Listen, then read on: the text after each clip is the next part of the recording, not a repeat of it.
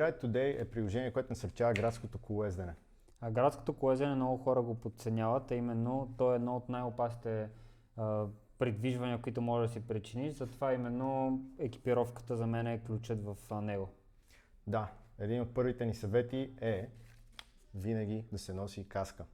Човек може да си мисли, че е много добър, че нищо няма да му се случи, но всъщност условията са винаги непредсказуеми. Дори ние сме много добри наистина в колезденето, други не чак толкова, но не винаги зависи от нас. Не винаги всичко е в нашите ръце, затова на първо място безопасността.